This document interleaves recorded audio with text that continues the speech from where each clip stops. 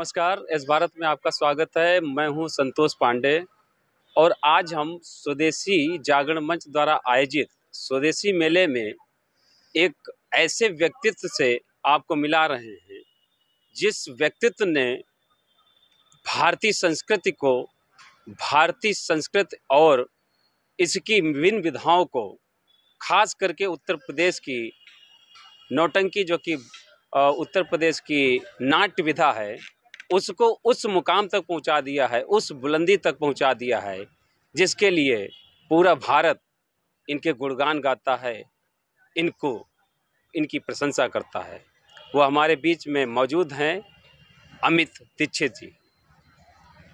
अमित दीक्षित जी, सबसे पहले आपसे एक सवाल है कि उत्तर प्रदेश की जो नौटंकी विधा है लुप्त होती चली जा रही थी, उसके बाद में इसको आपने आज बहुत बड़े मंच तक पहुंचा दिया है।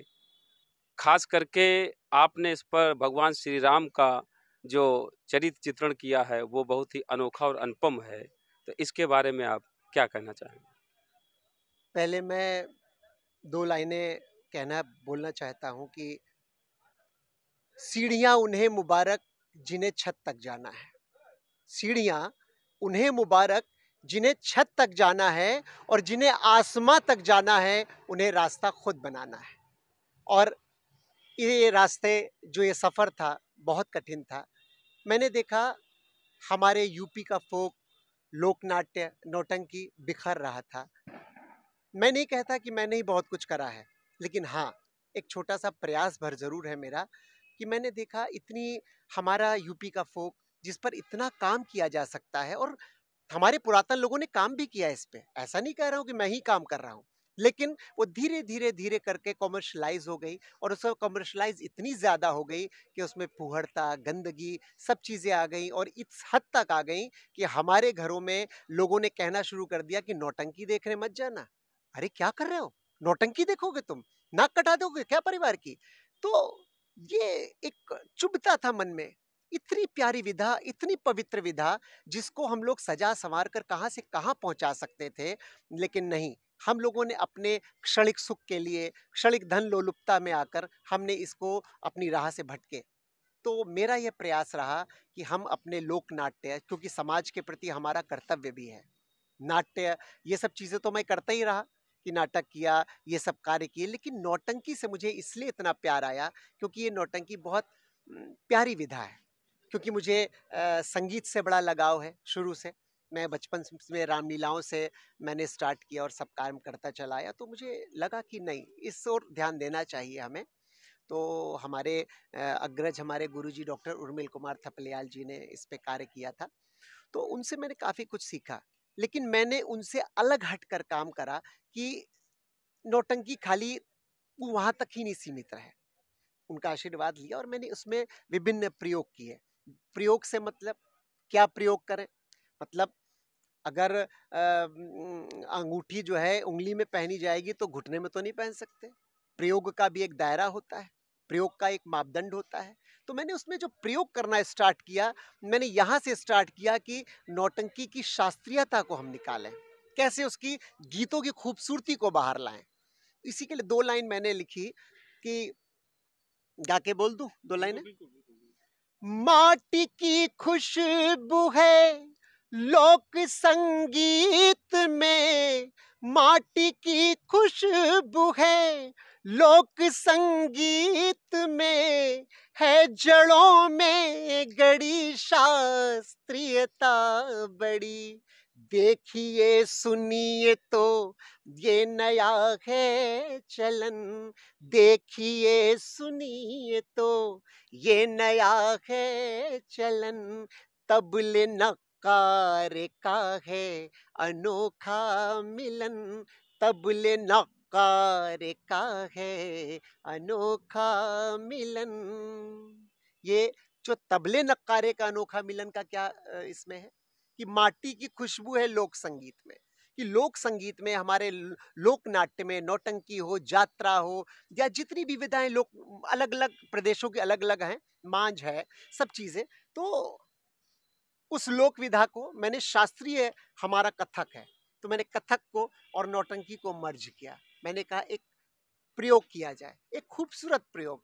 और आज मैं कह सकता हूँ कि जितने बड़े-बड़े मंच मैंने फेस किए इस समय, ताज महोत्सव हो, कुंभ महोत्सव हो, मगहर महोत्सव हो, दीपोत्सव हो, चित्रकूट महोत्सव हो, तो अभी भद्राचार्य जी महाराज जी का आशीर्वाद मिला मुझे, और भी सब जगहों पे ताज महोत्सव जो इंटरनेशनल फेस्टिवल है, उसमें 2 साल से आप लोगों के आशीर्वाद से मैं इनॉग्रेशन कर रहा हूँ, इनॉग्रेशन प्रोग्राम कर रहा हूँ। तो इस तरीके से अभी दूरदर्शन से लाइव मेरी all over world yoga day पे मेरी प्रस्तुति हुई। मेरी नहीं, मतलब मैं ये समझ रहा हूँ कि हमारी नौटंकी की जीत हुई है, अमित जी, एक हमारे सवाल यूपी और है, फोक की जीत एक हुई सवाल है। और है। जी। ये जो आपने नौटंकी को इतने बड़े स्थान तक पहुंचाया है, उसके बीच में कुछ संघर्ष भी आपको जरूर करना पड़ गया होगा, क्योंकि ये जो नाव है उल्टी धारा में बहने वाला काम था। देखिए, इतना आसान होता तो हर कोई कर लेता। ये अमित दीक्षित के हिस्से ही क्यों आया? क्योंकि मैंने शुरू से, देखिए आप, एक बात और है, आपका जैसा मन होता है वैसे ही उसी दिशा में आप लग जाते हैं। आपका मन होगा कि हम फोक करें तो फोक करेंगे, आपका मन होगा हम डिस्को कैबरे इन सबको प्रमोट करें तो आप उसको करेंगे। हमारी जो नई पीढ़ी है वो तो उसी तरफ बढ़ ही रही है, और अगर हम भी बढ़ गए तो फिर हमने क्या किया? इसलिए मैं स्ट्रगल की कहानी तो ऐसे बताऊं कि स्ट्रगल तो मेरे साथ शुरू से रहा।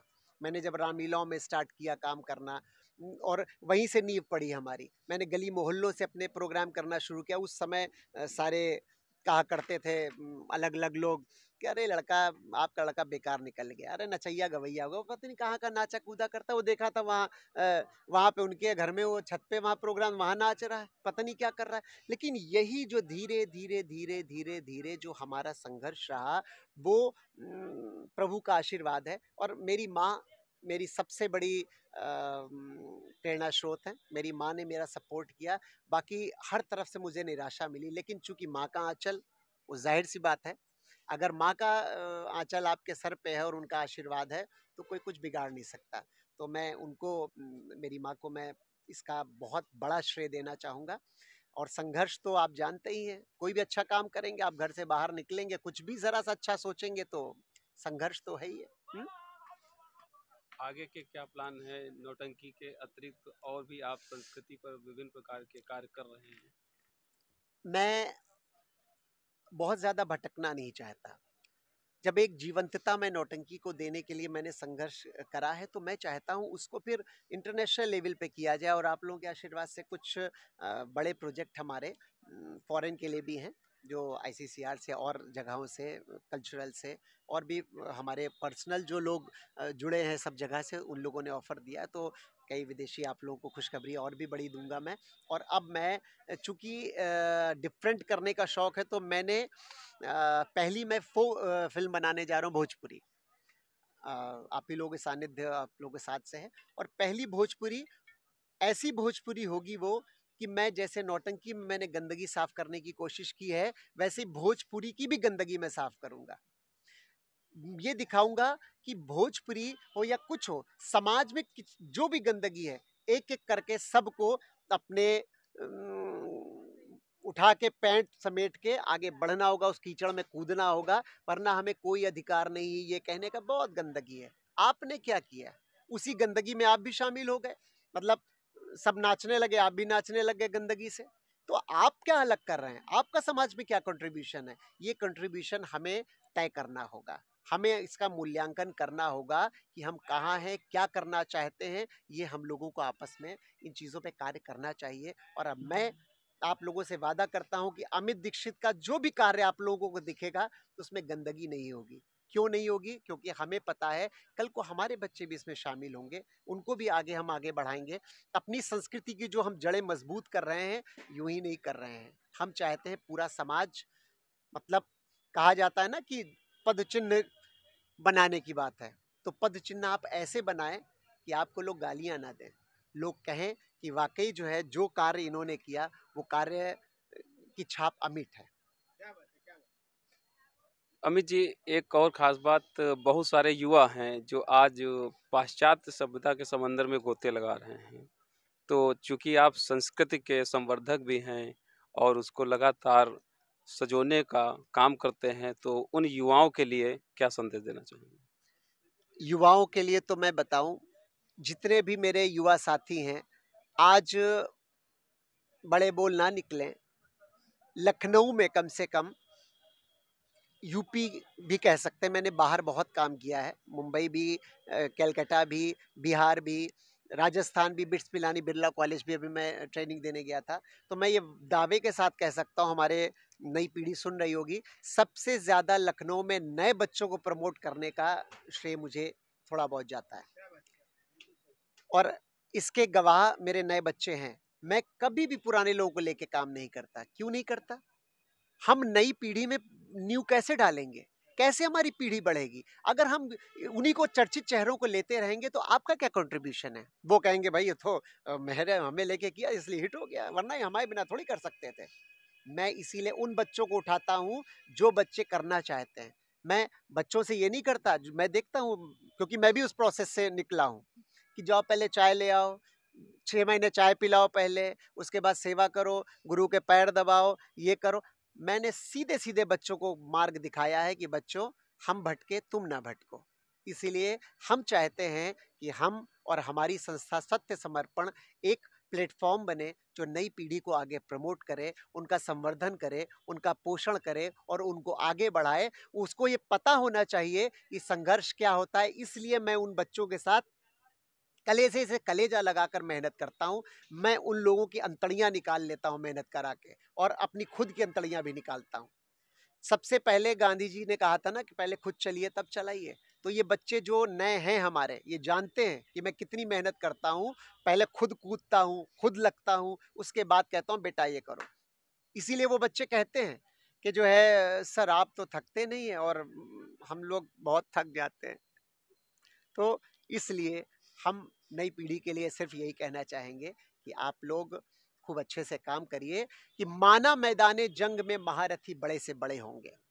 माना माना मैदाने जंग में महारथी बड़े से बड़े होंगे, पर सबकी बुनियादें हिल जाएंगी जब हमारे यूपी के कलाकार एक साथ खड़े होंगे।